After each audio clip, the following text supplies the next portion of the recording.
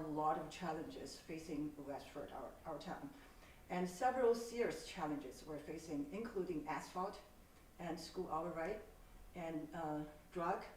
So I would like to ask you several questions and get answer. Sure.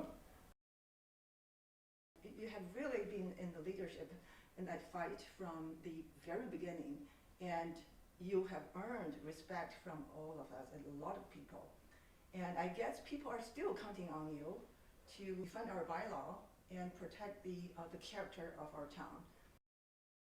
Can you provide a quick update on where we are on the asphalt matter and what you can do if you're elected?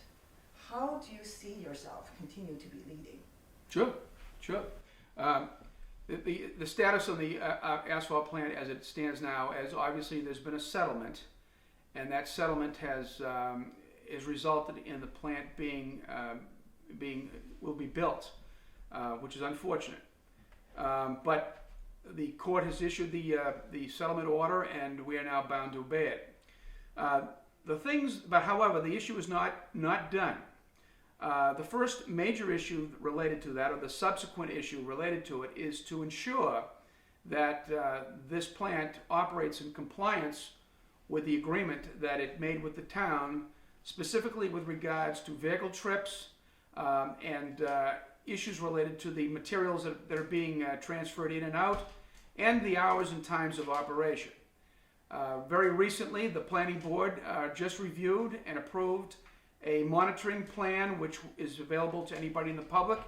There were several members of the Chinese community that participated in the discussions with regard to that.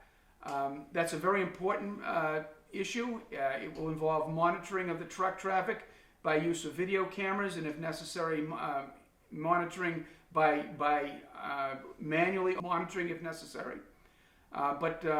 So that's the first part of it. The second part of it, however, is this. The legal issues have not completely resolved. And one of the issues that is attendant on this plant is the fact that if the plant does not comply, or we can develop a pattern of conduct and performance by the plant that is violating the court order, then we have every right in this town to rescind the license under which they operate. Should that happen, I would anticipate that there would be another court challenge. This time, I can assure you that you will have a member on the Board of Selectmen who will not agree to a settlement in a violation of this agreement. I will not agree to a settlement if in fact there are proven violations of this agreement, and I will hold them strictly accountable to this. Now, the other issues that would be involved are issues related to the Board of Health. If the Board of Health involves themselves in this issue and incurs significant action with regard to the way the plant is operating itself, you can count on me and the board to provide the legal support to the Board of Health that they're going to need to be able to enforce those regulations. So these are the things that we need to be able to do. We need to be able to enforce the current agreement, and we need a commitment by the Board of Selectmen, which I am making here to you today, to support the Board of Health as well as the Planning Board to make sure that the legal support for any enforcement action is there and is forthcoming, and I will support that. Great. So school override. A lot of people heard your opposing arguments against the school override at the March 25th town meeting. Some agreed with you, but many others disagree. So with the school override issue on the ballot, how would you convince people that it's not a good thing? Well, first of all, let me begin by saying that as a member of the Board of Selectmen, I believe in providing the highest possible quality of service that we can from all our departments, in particular the schools. I mean, it's a very important thing. It's important for our children. I fully support the teachers. I fully support teacher raises and making sure that we are competitive in what we pay them. There is an issue with the way that this is being done, however, and it's a process issue that may have some serious ramifications if it goes through. There is a thing called collective bargaining, and collective bargaining is a process that has been in place for many years in Massachusetts. It involves state oversight as well, in which employee unions, which the teachers are one, and the town enter into negotiations to come up with the salary increases and benefits that are sought by the unions. And these are very rigorous discussions, they're very rigorous negotiations in which both sides provide give and take. They examine each other's claims, they trade off certain concessions to be able to come to agreements. And what happens is we have a contract that everybody is willing to live by for the next 3 years that specifies the benefits and the salary wage increases. We've decided to bypass this in this particular matter. And what's wrong with that is that it threatens to plunge our entire employee negotiation system into factional infighting, which can degrade our services across the board. And what I mean by that is this.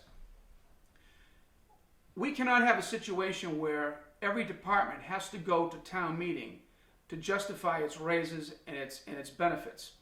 If we do that, we will have a very erratic and very disjointed town program of services to offer.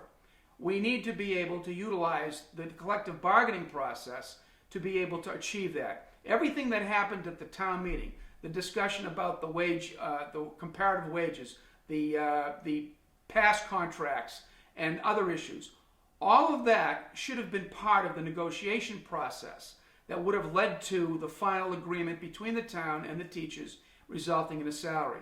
One of the problems is that the information that is offered is not properly vetted. There's only been about a month, maybe 2 months, where the information that the teachers provided with regard to salaries was actually examined. When the first introduction came in January to the Board of Selectmen, and they had offered a $3 million override at that time. Within 1 month, after review with the finance director, that was dropped to $1.5 million. So the question is, within a 1 month period of time, a 50% drop in the salary expectation leads me to believe that much more could be done to be able to work the agreement and get a better agreement that we could have that would satisfy both the teachers and the town.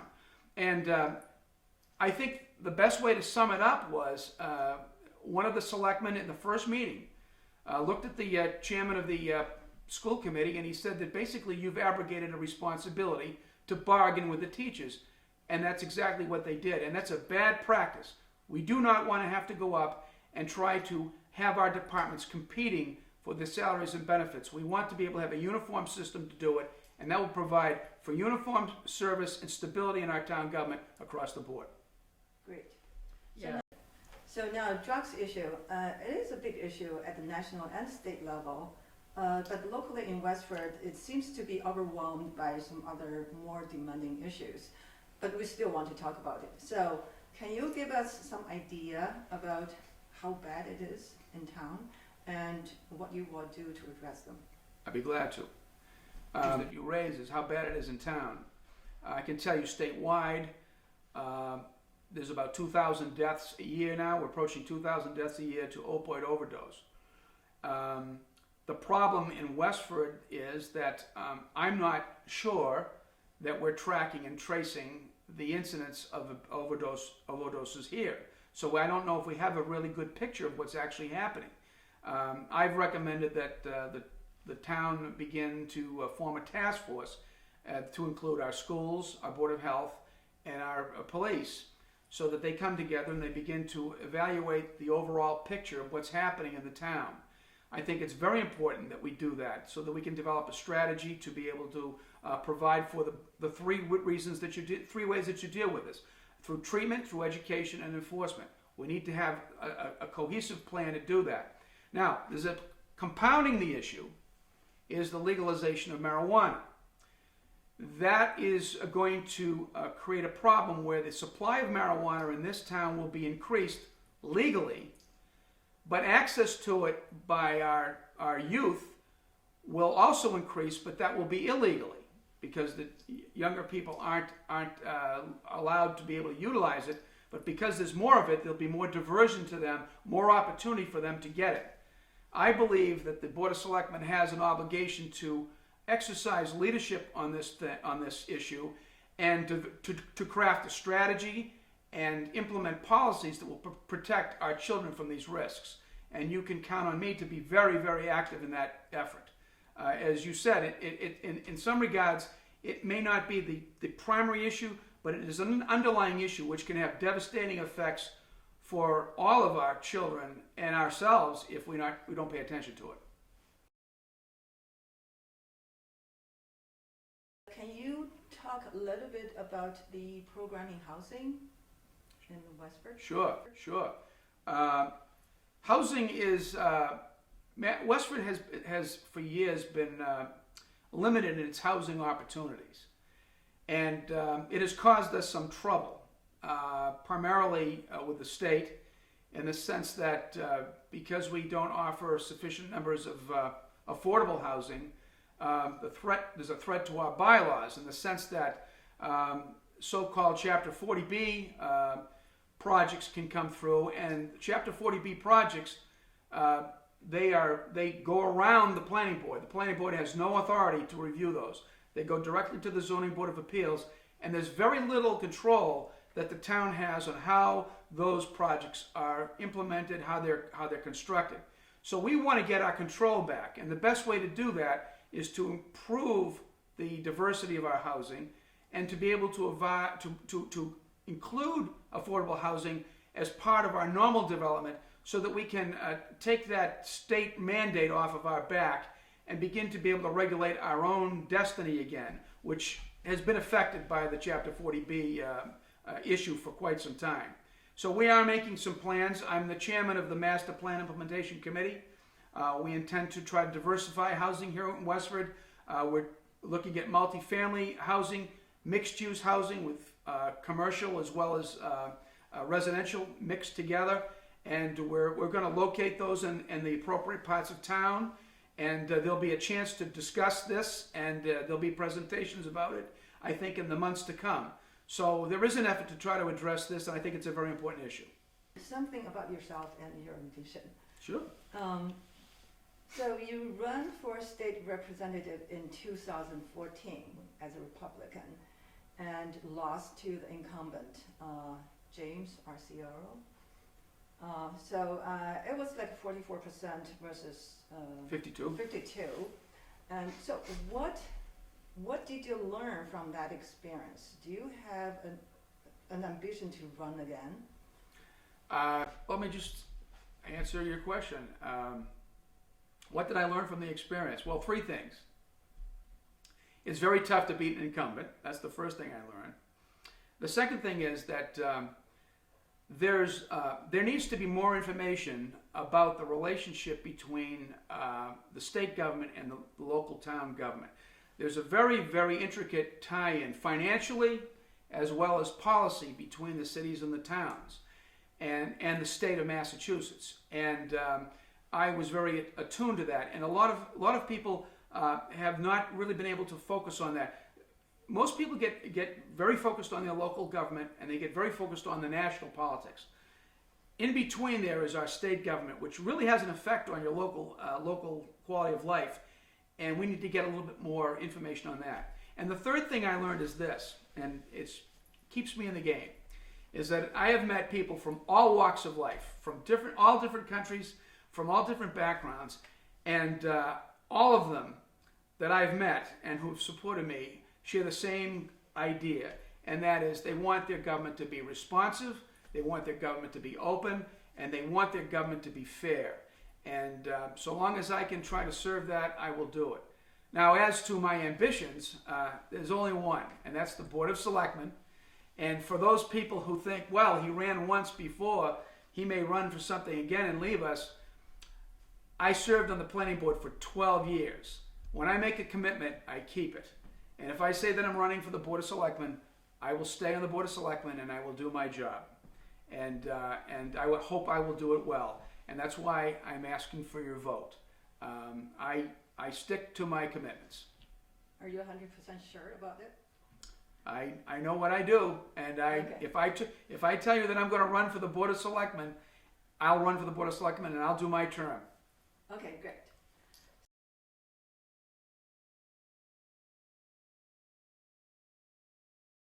So it seems like not everyone likes you and your agenda and your governing styles, perhaps your stubbornness. How would you address this? How do you approach tough issues, especially in a situation where there are conflicts of interest and competing demands? What's not to like? That's my first response. When you're involved, I would say that in my experience, there will be 4 classes of people who will not like me. The first one are those who are looking for special interests, that want the government to work just for them and not everybody else. They're going to have a problem with me. The second group would be those who don't believe in obeying the law. That goes back all the way into my previous experience in law enforcement. I believe the law needs to be obeyed, and I believe the law applies to everybody. The third group that won't like me is the type of people who do not like to hear diverse opinions. They get upset when somebody disagrees with them or provides a counter opinion. And I always have done that respectfully and thoughtfully, but there are some people I find, and I think sometimes the situation is deteriorating even worse. There's less of a tolerance to listen to an opposing point of view. So those type of people who are so rigid in one belief will have problems with me. And then the last group that probably wouldn't like me is anyone that is basically trying to control what I do. If they want to try to force me into doing something that I don't believe is correct, and they are very strong about that, then I've seen that they've had that sort of a reaction to me, and they've reacted against me. But for the most part, most people, I think, accept me. I think that they trust me, and I believe that I like to think that they have respected what I've tried to do, because I certainly respect what they've done for me. They have given me the opportunity to participate, and I'm very grateful, and I would never, ever try to betray that trust. It's just not necessary, nor would I don't have the heart to do that. The other thing is that for those who are concerned about stubbornness, I would simply say that with regard to the asphalt plant, I would think that stubbornness would be viewed as a little bit of a virtue. So I would say that. There may be some people on the Board of Selectmen who think I'm stubborn because I didn't buy into what they said. But I would let the people judge that for themselves. And I can tell you that in 12 years on the planning board, I don't believe I was viewed as an obstructionist. I think we've accomplished a lot. I worked together with the other members in a collaborative way. We didn't always agree, but we worked things out together. I have worked on the master plan committee. I'm chairing the master plan implementation committee. I work with a diverse group of people on that, and we get the job done. And we work together to work things out, and that's the way that I approach things. So how do you view people who are supporting school override and heard you loud and clear at the town meeting opposing it? How would you view those people? How would you characterize them? No, they have a point of view, and no one, time, history will tell who's right or wrong. I mean, when I'm given a set of facts and circumstances, I analyze them, and I draw upon my experiences, and then I make a conclusion, and then I express the conclusion to publicly what I think is happening. Now, I can be wrong. And that's why I always respect the person who opposes me, because they could be right. All right, so I need to always understand that. But what I'm simply saying is that, and I respect what they're saying, and they will make the decision, and whatever the decision is, I will abide by and support. But I'm simply saying that based upon my experience, which I think is fairly significant in government as well as in this town, I shared some views that I saw that I think will happen, and before they make their decision, they need to weigh those factors. That's all I'm asking them to do. Both sides. I think that's important. So when you talk about the proposal hasn't been fully vetted, do you think it would be part of, how to say, the public hearing process if you want to change something at this scale? Well, the public hearing process is a very good thing, but there needs to be, to go back to collective bargaining. And again, collective bargaining is the process that's in place by state law in which employees in any employee group can petition for salaries and increases. And these are negotiated, a serious negotiated process where both sides come down, they sit at a table, and they offer their proposals, and they counterbalance those proposals. If either side believes that one side is not bargaining in good faith, they can immediately appeal to the State Labor Relations Board, and the state will come in and evaluate the situation and make a declaration about whether this was fair or not fair. So there's a very good process in place. And this situation did not go through that process. So you need to have somebody, if somebody comes in and says, well, we want $3 million, well, somebody also has to come in and say, well, show us why you need the money, all right? And then if they begin to make the proof, someone has to verify the proof. And they have to make sure that there's a give and take going back and forth. What happened at the town meeting was it became emotional. Everybody immediately identified this as directed at the teachers, and it's not. And the problem is that if we begin to look at our salary negotiation process like that, we're going to create a very disorganized process that is going to affect all our services across the board, because the employees won't trust it. They won't trust what we're doing. So what would you like to say to the voters if this is the election day? Election day. Well, first of all, I want to say that I'm very excited.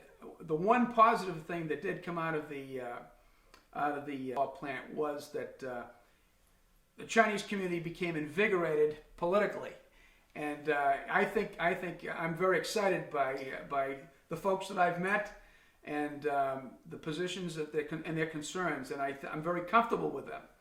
And so I think that's one big positive.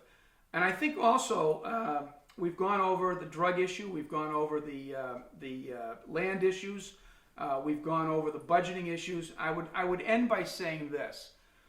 I bring a pretty broad background and experience to this. I'm a retired major, which is a senior command position in the state police. I worked my way up through the ranks. I was a director of security for the Executive Office of Transportation. I managed a private sector enterprise with a massive budget and responsibilities at Seabrook Nuclear Power Plant, making all the personnel decisions, setting up the training. I have good work experience that's very reliable and applicable to this. I have volunteered in this town for years for various capacities, coaching, teaching, and I served 12 years on the planning board, and I think my record speaks for itself. So I submit this to you for your consideration. I can do this job, and I will leave you with this last thing. One thing I've learned is leadership carries with it significant pressure. And the other candidates in this race will tell you that they're prepared to defend your rights and your interests. I have done it, and I will continue to do it if I believe that you or your family are being untreated fairly.